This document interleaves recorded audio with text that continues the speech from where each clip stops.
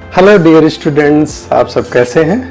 Transcription के second part में आप सबका स्वागत है। आज हम ट्रांसक्रिप्शन के बचे हुए दोनों सब topics 6.5.2 transcription unit and gene, अनुलेखन इकाई व जीन, और 6.5.3 types of RNA and the process of transcription, यानी अनुलेखन के प्रकार व अनुलेखन का प्रक्रम, इसके बारे में पूरा अध्ययन करेंगे। बोर्ड एग्जाम के हिसाब से और कंपटीशन के हिसाब से भी यह दोनों सब टॉपिक्स बड़े इंपॉर्टेंट हैं। बहुत सारी नई चीज़ें और बहुत इंटरेस्टिंग बातें आज आपको पता होने वाली हैं। तो चलिए शुरू करते हैं। सबसे पहले हम बात करते हैं ट्रांसक्रिप्शन यूनिट की। ये क्या होता है? तो ट्रांसक्रिप्शन यूनिट वो होता है the segment of DNA that take parts in transcription is called transcription unit। DNA का वह भाग जिससे ट्रांसक्रिप्शन होता है उसे ट्रांसक्रिप्शन यूनिट या अनुलेखन इकाई कहते हैं।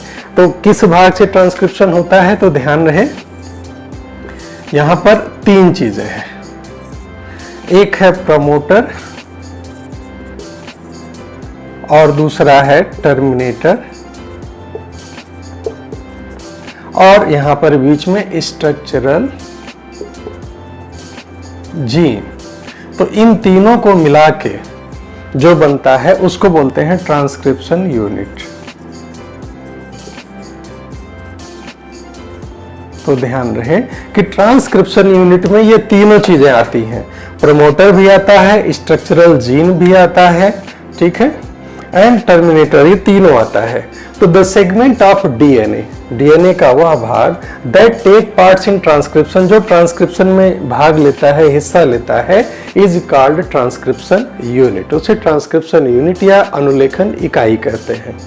इस अनुलेखन इकाई में इट हैज थ्री कंपोनेंट्स, इसमें तीन भाग होते हैं, promoter, structural gene and terminator. ये तीनों बातें आ गई। अब बात करते हैं जीन की।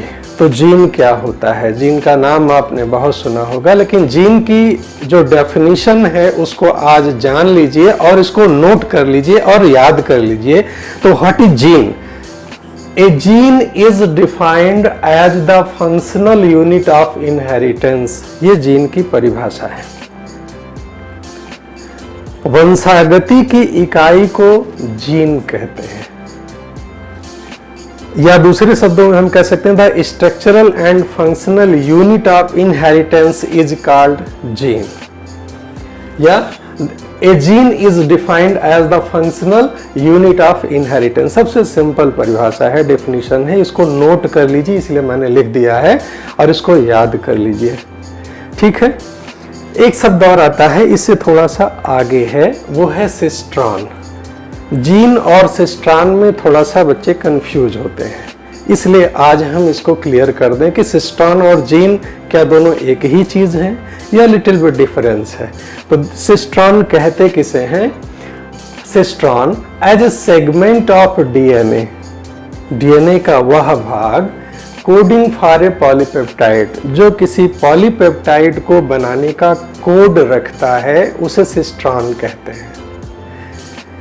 डीएनए का वह भाग जो किसी पॉलीपेप्टाइड को बनाने का कोड रखता है, उसे सिस्ट्रॉन कहते हैं। The structural gene in transcription, जो स्ट्रक्चरल जीन होता है वो ट्रांसक्रिप्शन के बाद जो बनाता है वो दो उसमें कैटेगरी हो सकती है, मोनोसिस्ट्रॉनिक जैसा कि यूकैरियोट्स में होता है, या फिर पॉलीसिस्ट्रॉनिक जैसा कि प्रोकैरियोट्स में होता है। इसका आप उसको डिटेल बताते हैं कि ये है क्या, मैटर क्या है इसमें, एक्चुअली है क्या।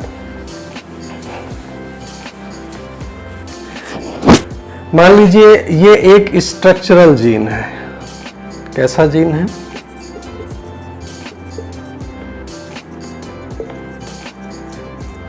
अगर एक स्ट्रक्चरल जीन है तो यहां पे एक टर्मिनेटर होगा और यहां पर एक प्रमोटर होगा। और अगर हम यहां पर बात कर रहे हैं यूकैरियोट्स की, यानी कि हम लोगों की, तो यहां से जो आरएनए बनेगा वो HNRNA इसको कहते हैं, ये बनेगा और इसके बाद इससे प्रोटीन बनेगी। एक ही स्ट्रक्चरल जीन से ये hRNA बनेगा, देन mRNA बनेगा, अभी यहाँ पे mRNA बनेगा, और उसके बाद फिर इससे प्रोटीन बनेगी। अलग अलग स्टेप्स हैं, इसको भी डिटेल में आज ही चर्चा करेंगे कैसे होगा इन केस ऑफ यूकैरियोट्स। ठीक है, यूकैरियोट्स में तो यहां पर ध्यान दें कि यूकैरियोट्स में एक ही जीन से एक ही आरएनए बना और उससे प्रोटीन बनी, एक मतलब मोनो। तो ये क्या हुआ, मोनोसिस्ट्रॉनिक हो गया। क्या हो गया, मोनोसिस्ट्रॉनिक हो गया, जैसा कि यूकैरियोट्स में होता है। लेकिन अगर ये पॉलीसिस्ट्रॉनिक होगा तो इसका ये मतलब होता है इन केस ऑफ प्रोकैरियोट्स।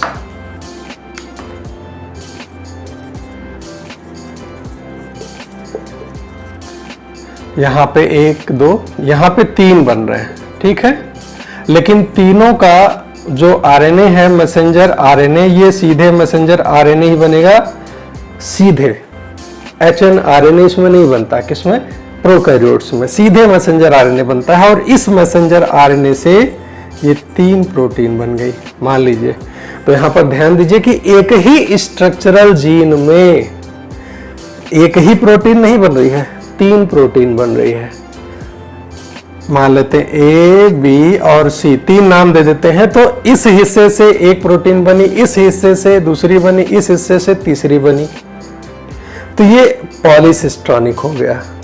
एक हिस्से को सिस्ट्रॉन कहेंगे, 1 हो गया, 2 हो गया, 3 हो गया। तो एक ही स्ट्रक्चरल जीन में 3 पॉलीपेप्टाइड को बनाने की क्षमता है, इसलिए प्रोकैरियोट्स के जो जीन्स होते हैं वो पॉलीसिस्ट्रॉनिक होते हैं। प्रश्न उठता है कि यूकैरियोट्स में पॉलीसिस्ट्रॉनिक क्यों नहीं होते, मोनोसिस्ट्रॉनिक क्यों होते हैं? तो एक बार उसका कारण जान लीजिए कि ऐसा क्यों होता है। ऐसा इसलिए होता है क्योंकि जैसे ये जीन है, मान लेते हैं एक स्ट्रक्चरल जीन है, और इसके बाद जब ये एचएनआरएनए बनता है, इसमें 2 हिस्से होते हैं, कुछ एक्सॉन होते हैं, कुछ एंट्रॉन होते हैं, फिर एक्सॉन एंट्रॉन, 2 भाग होते हैं। ये केस होता है यूकैरियोट्स में। ठीक है, ये स्ट्रक्चरल जीन है। हम लोगों में क्या होता है, स्ट्रक्चरल जीन के ट्रांसक्रिप्शन के बाद हमें जो एचएनआरएनए मिलता है, इसमें हमें 2 भाग मिलते हैं, 2 हिस्से मिलते हैं। कुछ एक्सॉन्स होते हैं, कुछ एंट्रॉन्स होते हैं। इसका अर्थ जान लीजिए, एक्सॉन मतलब एक्सप्रेस्ड, ये वो हिस्सा होता है एक्सॉन जिसमें प्रोटीन संश्लेषण का कोड होता है। ध्यान दें, मैं फिर से दोहरा रहा हूं कि एक्सॉन वह पार्ट होता है एचएनआरएनए का जिसमें प्रोटीन संश्लेषण की कोड का भाग रहता है, कोडिंग इसमें होती है, यानी कि प्रोटीन को बनाने का कोड इस एक्सॉन के पार्ट में होता है। लेकिन दूसरा जो इंट्रॉन्स है, इंट्रॉन, इसमें प्रोटीन को बनाने का कोड नहीं होता। इसको इंटरवेनिंग से बोला गया है। इंटरवेनिंग उसको कहते हैं किन्हीं भी 2 चीजों के बीच में जो घुस जाए।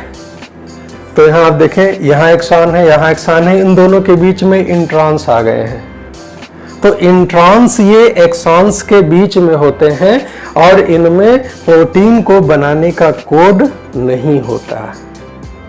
तो प्रश्न उठता है, इनकी जरूरत क्या है? पहली बात तो ये इनहेरिटेबल होते हैं, यानी कि हमें पिछली पीढ़ी से प्राप्त होते हैं। ये बेकार नहीं होते। इंट्रॉन्स एक्सॉन से कहीं ज्यादा होते हैं। और ध्यान दें कि ये इंट्रॉन्स या एक्सॉन्स आए कहां? ये डीएनए से आए। ये स्ट्रक्चरल जीन किसका बना है? ये डीएनए का बना है। तो डीएनए से ही आए हैं। तो डीएनए में जो इंट्रॉन्स का पोर्शन होता है वो एक्सॉन से ज्यादा होता है। हम लोगों में म्यूटेशन को असर नहीं करता उतना, क्योंकि जो म्यूटेशन का जो परिवर्तन होता है वो इंट्रॉन्स के इसी डीएनए के हिस्से में होता है और इसमें प्रोटीन कोड होता नहीं, इसलिए वह म्यूटेशन दिखता नहीं। इंट्रॉन्स इन एक्सॉन्स को स्टेबिलिटी प्रदान करते हैं, स्थिरता प्रदान करते हैं, अस्थायित्व प्रदान करते हैं। और ये जो एक्सॉन और स्ट्रक्चरल जीन्स होते हैं, इनके लिए इंट्रॉन्स मार्कर का काम करते हैं। मार्कर का मतलब ये हो गया कि जैसे आप अपने घर का पता बताते हैं, तो आप अपने घर के पते में कोई जोड़ते हैं ना, फला मंदिर के पास में, फला चौराहे से इतनी दूर, तो एक लोकेशन आप बताते हैं। उस तरह से जब जीन्स की लोकेशन ली जाती है क्रोमोसोम में, तो उसमें ये जो इंट्रॉन्स होते हैं मार्कर का काम करते हैं, वहां से उनकी लोकेशन फिक्स होती है कि इस सेगमेंट के पास ये वाली जीन है। और एक बड़ी और मजे की बात, अगर आपको अपनी खूबसूरती पर नाज है तो ध्यान रहे कि हमारे पूर्वज बंदर थे, तो जो बंदरों का जेनेटिक कॉम्बिनेशन है वो कहीं गया नहीं है, वो इन्हीं इंट्रॉन्स में ही छिपा हुआ है। ध्यान रहे, इन्हीं इंट्रॉन्स में उस जीन के न्यूक्लियोटाइड का क्रम आज भी है। हमारे पूर्वजों के जितने भी जीन्स थे, जो भी उनका स्ट्रक्चर था, जो भी उनका बिहेवियर कह लीजिए था, उन सब के जीन आज भी हमारी प्रत्येक कोशिका के प्रत्येक गुणसूत्र में आज भी पाए जाते हैं। बस बात इतनी है कि इनसे प्रोटीन संश्लेषण होता नहीं, क्योंकि इनमें आज की डेट में कोडिंग नहीं है। आज की डेट में इनसे प्रोटीन बन नहीं रही है, तो जब वो प्रोटीन नहीं बन रही है तो वो लक्षण नहीं दिख रहा है। तो अगर ये इंट्रांस का जीन अगर आपका सक्रिय हो गया, ये पोर्शन सक्रिय हो गया, तो हो सकता है बंदर जैसे लोग, आदमी लोग दिखें।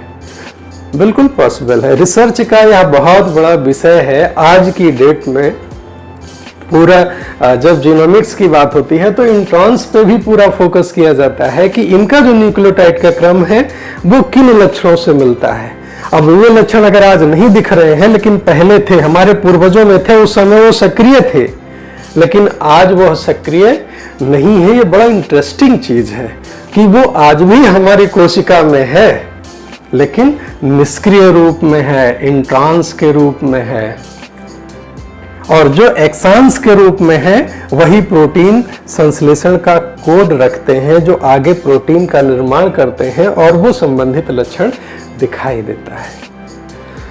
तो चलिए, ये हो गया आपके जीन के बारे में और ट्रांसक्रिप्शन यूनिट के बारे में। Then 6.5.3 types of RNA. RNA की बात करें कि कितने प्रकार के होते हैं, तो देखिए सभी आरएनए डीएनए से बनते हैं और ट्रांसक्रिप्शन की क्रिया के द्वारा ही बनते हैं, एक बात। दूसरी बात, सबका प्रोटीन संश्लेषण में अहम योगदान है।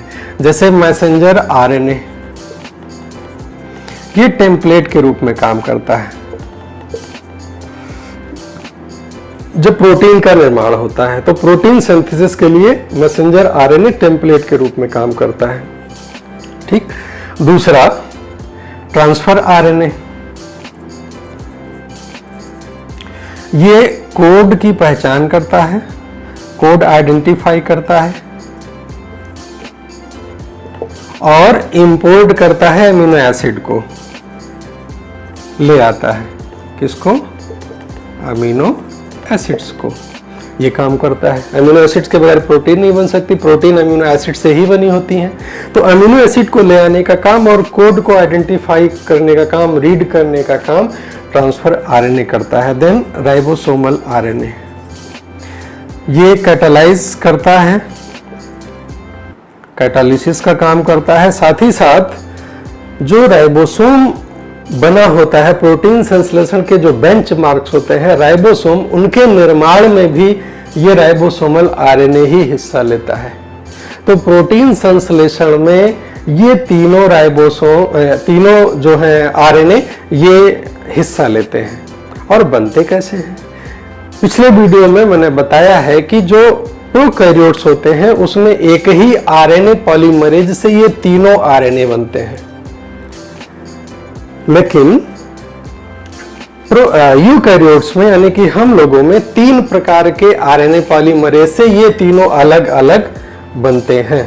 जैसे इसमें आरएनए फर्स्ट से ये बनता है और आरएनए सेकंड से ये बनता है और थर्ड से ये बनता है।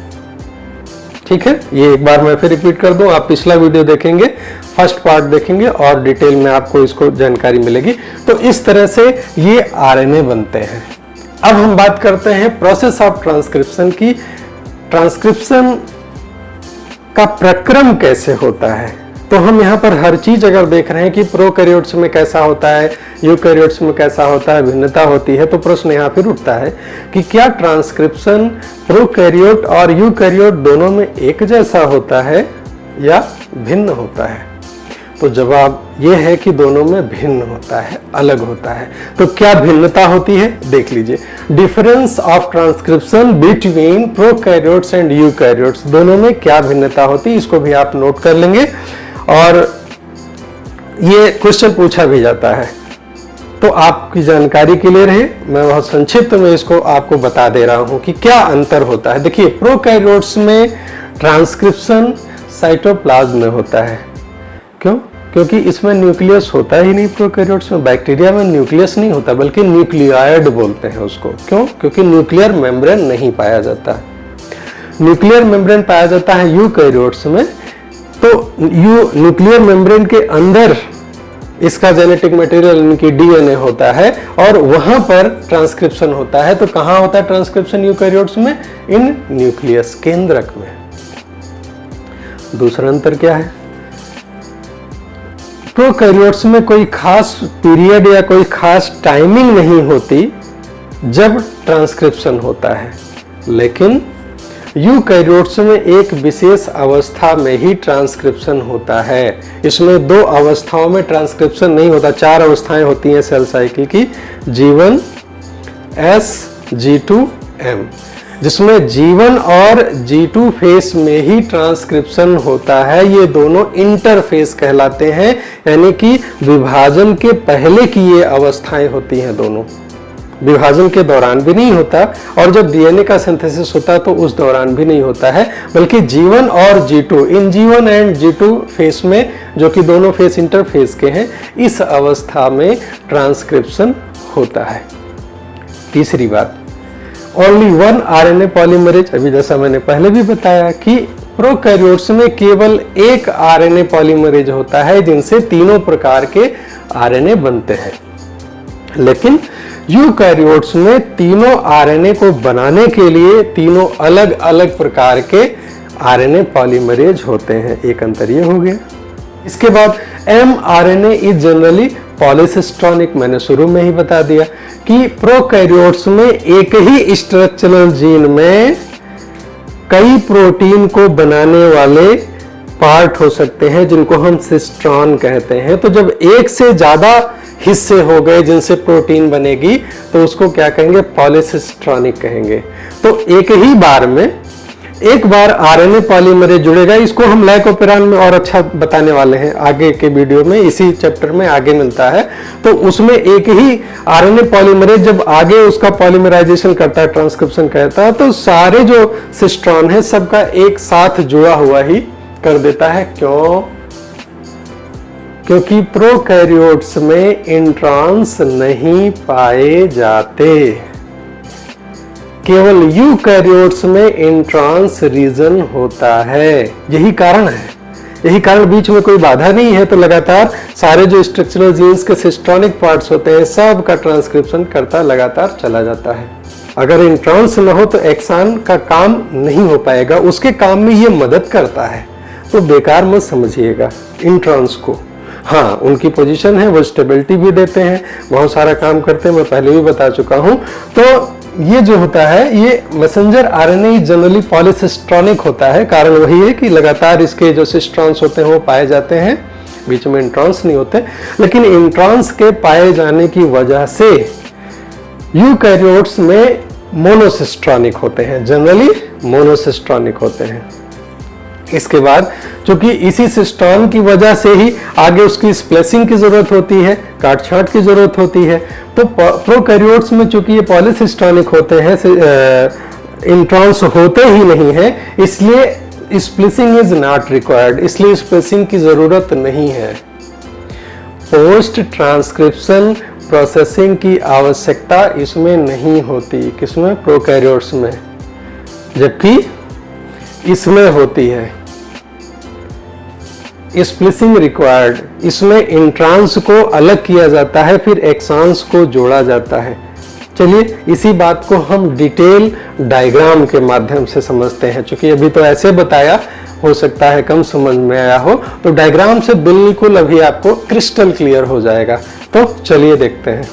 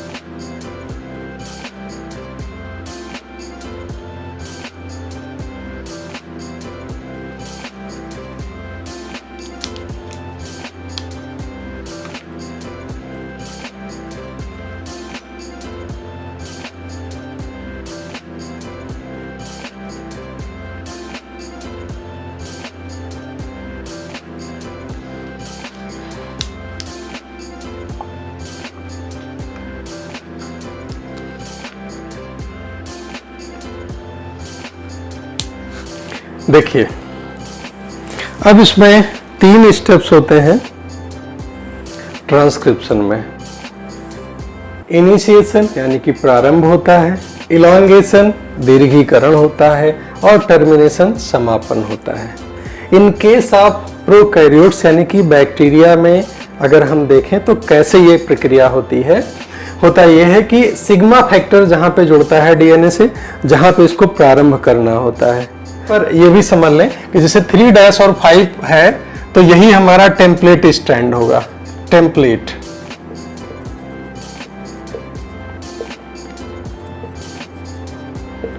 और दूसरा जो 5' 3' है ब्लू कलर में, ये हमारा नॉन टेम्पलेट होगा। इस सब में होगा, ये 3' है तो ये 5' होगा, ये 5' है तो ये 3' होगा, वैसे यहाँ भी होगा, ये 3' है तो ये 5' होगा, ये 5' है तो यहाँ पे 3' होगा। मैंने कलर भी चेंज कर दिया है। तो ब्लैक कलर से ये 3' टूवर्ड्स 5' ही टेम्पलेट का काम करेगा, यानी कि इसी के आधार पर नया आरएनए बनेगा। तो सबसे पहले शुरुआत ये होता है कि सिग्मा फैक्टर प्रमोटर रीजन से जुड़ जाता है और इसी स्थान पर आरएनए पॉलीमरेज आके जुड़ जाता है।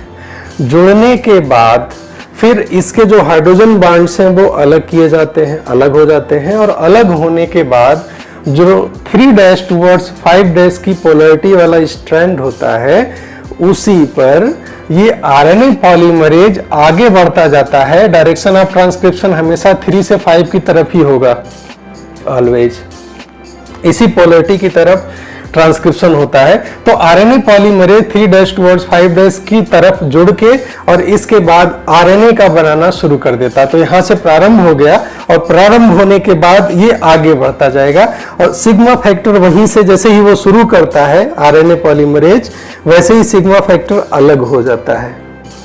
अब आगे बढ़ता जा रहा है क्या, आरएनए पॉलीमरेज ट्रांसक्रिप्शन। हमेशा याद रखिएगा, ये क्वेश्चन पूछा जाता है, ट्रांसक्रिप्शन की जो दिशा होती है हमेशा हमेशा वो प्रमोटर से टर्मिनेटर की ओर होती है। डियर स्टूडेंट्स, इस बात को याद रखना। कभी कभी उल्टा दे देते हैं डायग्राम में, और प्रमोटर इधर कर देंगे, टर्मिनेटर इधर कर देंगे, बीच में स्ट्रक्चरल जीन दे देंगे, ABC नाम दे दिया। तो बताइए A क्या है, B क्या है, C क्या है, इस तरह से पूछ लेते हैं। तो हमेशा दिमाग में आप इस बात को खूब अच्छी तरह बिठा लीजिए कि ऑलवेज जो ट्रांसक्रिप्शन का डायरेक्शन होता है वो प्रमोटर से टर्मिनेटर की तरफ ही होता है, ऑलवेज।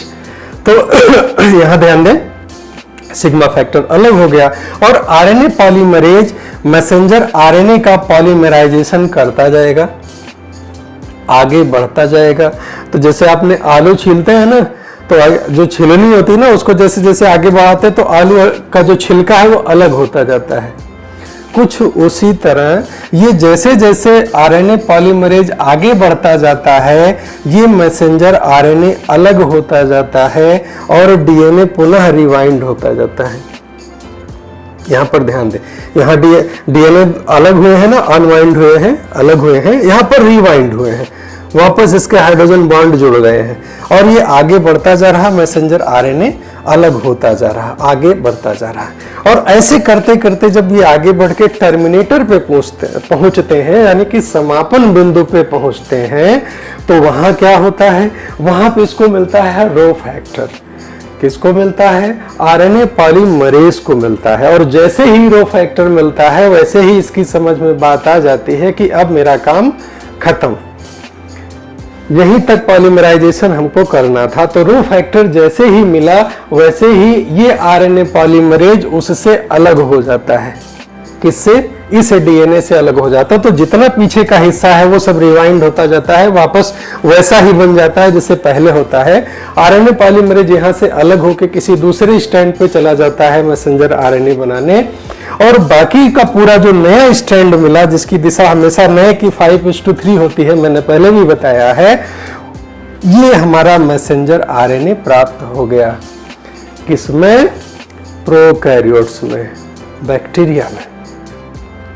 लेकिन इन केस ऑफ यूकैरियोट्स, अगर हम यूकैरियोट्स की बात करें, अपने लोगों की बात करें, तो उसमें कैसे ट्रांसक्रिप्शन होता है, तो ये अलग होता है। अब यहाँ पे यहीं पे थोड़ा सा इसी डायग्राम पे हम लोग समझ लेंगे कि यूकैरियोट्स में क्या होता है। तो देखिए,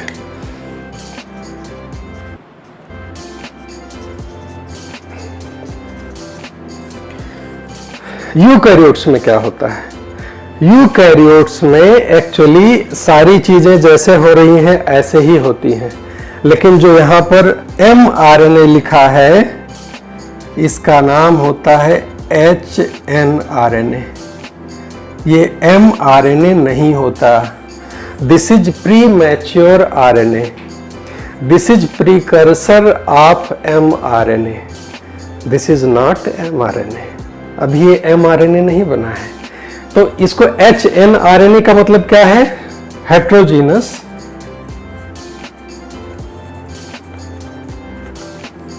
न्यूक्लियर RNA, इसका जो पूरा नाम है। इसका मतलब क्या है? हेट्रो का अर्थ होता है विषम, होमो का अर्थ होता है सम। तो विषम किस मामले में? क्योंकि यहां पर जो अभी प्राप्त हुआ है उसमें हमें दो तरह के पार्ट्स मिल रहे हैं, जैसा मैंने पहले बताया। यहाँ पे जैसे एक्सॉन 1 कह लें, फिर इंट्रॉन 1, फिर एक्सॉन 2, इंट्रॉन 2, फिर एक्सॉन 3, और यहाँ पर इंट्रॉन एक पोर्शन ये भी ले लेते हैं, इंट्रॉन 3। तो अब इसके आगे का जो स्टेप होगा उसको पोस्ट ट्रांसक्रिप्शन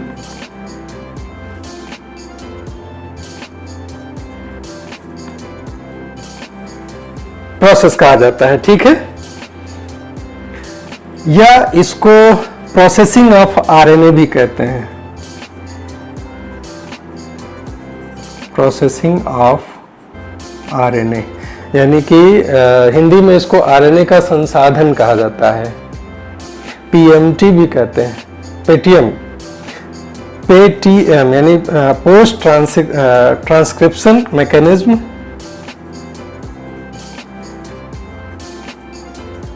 इसको कहा जाता है। तो इसमें होता क्या है? इसमें स्प्लिसिंग होती है। स्प्लिसिंग मतलब तोड़ा जाता है। कौन सी क्रिया होती है? स्प्लिसिंग। स्प्लिसिंग में क्या करेंगे कि जो इंट्रांस है उनको हटाया जाएगा स्प्लियोसोम के द्वारा, और यहां पे ध्यान रहे कि ये हट जाएगा। इसके बाद जो हमको मिलेगा, तो जिसमें इसमें एक्सॉन्स है, जैसे मान लीजिए एक्सॉन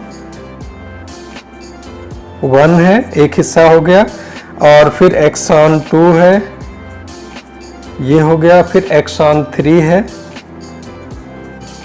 ये हो गया। अब यही इतना होगा इसमें, और इसके पहले क्या होगा ये खास ध्यान दें कि यहां पर एक कैप लगाई जाएगी, टोपी लगाते हैं ना, और ये टोपी हमेशा 5 एंड पे रहेगी, और किसकी रहेगी? MGPPP इसका नाम है। इसका पूरा नाम है 7 मेथिल गुआनोसिन ट्राईफॉस्फेट, इसका पूरा नाम है। एक तरफ टोपी लगाई जाएगी। आप लोग टोपी तो लगाते हो ना, कभी कभी दूसरों को भी पहना देते हैं, तो टोपी कहाँ पहनाते हैं? सर पे ना। तो ये इसका सर है 5 एंड। ऐसे ना याद हो तो आपको मैं बता दूं कि Modi ji prime minister, M for Modi, G for ji, और P फॉर प्राइम मिनिस्टर, तो दूसरी बार बने हैं ना, तो ये पहला P, दूसरा P, और तीसरी बार भी अगर बन गए तो ये तीनों P हो गया।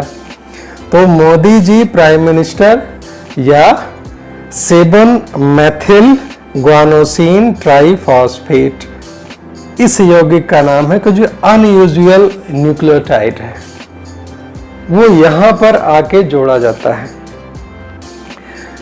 प्रश्न उठता है कि इसकी जरूरत क्या है? तो जरूरत है जब अब ये जो बना स्ट्रैंड, इसको mRNA कहेंगे। क्या कहेंगे? mRNA। अब ये कहलाया जाएगा इस हिस्से को। तो mRNA जब प्रोटीन संश्लेषण के लिए जाता है तो इसी की मदद से राइबोसोम इस हिस्से से जुड़ता है। ये इसका इंपॉर्टेंस है, इसका महत्व है MGP का। इसको MGP कहा जाता है शॉर्ट में। तो MGP का ये इंपॉर्टेंस है। इसको जो है इसको कैपिंग कहा जाता है। इस प्रोसेस को क्या बोलते हैं? कैपिंग, टोपी पहनाना। तो 5 एंड पे कैपिंग होती है, किसकी होती है? 7 मेथिल गोनोसिन ट्राइफॉस्फेट की होती है। दूसरी एक चीज और होती है, टेलिंग, पूंछ का भी निर्माण होता है इसमें। आप सोचोगे हम लोगों में पूंछ खत्म हो गई, लेकिन अभी आरएनए में है। तो पूंछ किसकी बनती है? तो ये पॉली ए टेल की पूंछ बनती है। तो ए ऐसी बहुत सारी होती हैं। कितनी होती हैं? 200 से 300। एडिनोसिन की लगातार पूंछें जुड़े रहते हैं, इनकी कोडिंग नहीं होती, ध्यान रहे, इनकी कोडिंग नहीं होती है। ये पूंछ बिना मतलब की है, लेकिन मतलब है, अभी बताता हूं कैसे। ये जो होते हैं इनकी संख्या कभी कभी पूछी जाती है, तो ये 200 से लेकर 300 होती है, ऑन एवरेज 250 आप कह सकते हैं। तो पॉली ए टेल ये बाद में होता है, इस पूरे प्रोसेस्ड mRNA के बाद। ये मैच्योर्ड आरएनए इसको कहते हैं। प्रोसेसिंग के बाद जो mRNA बनता है यूकैरियोट्स में, हम लोगों में, उसको मैच्योर्ड आरएनए कहते हैं। इसमें बड़ा जरूरी होता है प्रोसेसिंग होना है, और इसी हिस्से से प्रोटीन का निर्माण होगा। तो अब प्रश्न उठता है कि पॉली ए टेल का क्या काम है भाई? एक्सोन्यूक्लिएज एंजाइम जब कभी इस पे अगर अटैक करना चाहे तो ये अपनी सुरक्षा के लिए ये पूंछ बनाए रखता है। आपने देखा होगा ना छिपकली को, अगर उस पर आप अटैक करो तो अपनी पूंछ छोड़ के आगे निकल जाती है। तो पूंछ आपके हाथ आएगी, बाकी हिस्सा आगे, मतलब उसकी जिंदगी बची रहेगी। वैसे ही इस मैसेंजर आरएनए, आप सोचिए कि मॉलिक्यूलर लेवल पे क्या गजब की व्यवस्था है। एक एक छोटी छोटी चीज को, अभी बहुत सारी चीजें समझनी बाकी है साइंस में। ये जो भी चीजें बताई जा रही हैं, लगातार रिसर्चेस चल रहे हैं, उसको आधार बना के हम आपको बता रहे हैं, लेकिन अभी भी बहुत कुछ जानना शेष है। जैसे इंट्रॉन्स के बारे में अभी काफी रिसर्च फोकस किया जा रहा है कि हमारे जो पूर्वज थे, हमारा जो इतिहास था, वो इन्हीं इंट्रॉन्स में छिपा हुआ है। तो अभी इसको समझा जा रहा है। हाउ इंटरेस्टिंग कि सारी चीजें हमारे सेल में, सारा इतिहास हमारे सेल में निहित है, बस हमको जानना भर है, उन पन्नों को खोलना भर है। वैज्ञानिक लगातार दिन रात लगे हैं, उन पेजों को खोला जा रहा है। आने वाले समय में ये बातें और ज्यादा प्रमाणिक तरीके से भविष्य में आएंगी, जब आप सब और बड़े हो जाएंगे। तो खैर, पॉली ए टेल का इंपॉर्टेंस तब है जब एक्सोन्यूक्लिएज एंजाइम अगर गलती से क्रिया किया तो ये कहीं इसको काट के नष्ट न कर दे। तो मान लीजिए यहां से काटा, कहीं से भी काटा, तो पूंछ कट गई, कोई दिक्कत नहीं। लेकिन ये जो मैसेंजर आरएनए का पूरा स्ट्रक्चर है, ये तो बच गया। इसलिए इस पूंछ का भी महत्व है। तो प्यारे बच्चों, आपको ये पूरा ट्रांसक्रिप्शन कैसा लगा? मुझे उम्मीद है कि आपको बहुत सारी नई बातें पता चली होंगी, बहुत कुछ नया पता चला होगा। और अगर ऐसा है तो लाइक तो आप करे ही दें, और साथ ही साथ सब्सक्राइब अगर नहीं किया है तो सब्सक्राइब भी कर लें। और हाँ, बहुत अच्छे वीडियो आपको आने वाले समय में मिलने वाले हैं। बहुत सारा नॉलेज आपको मिलने वाला है, बहुत अच्छी इंफॉर्मेशंस आपको मिलने वाली है। तो वीडियो को पूरा देखें, और हाँ, अच्छा लगे तो कमेंट जरूर करें। आपको सारी बातें अगर समझ में आई तो कमेंट करें, जो नहीं समझ में आई उसको भी कमेंट बॉक्स में बताएं, जिससे आगे हम आपकी और भी सारी परेशानियों को मैं दूर कर सकूं। तो all the best, thank you.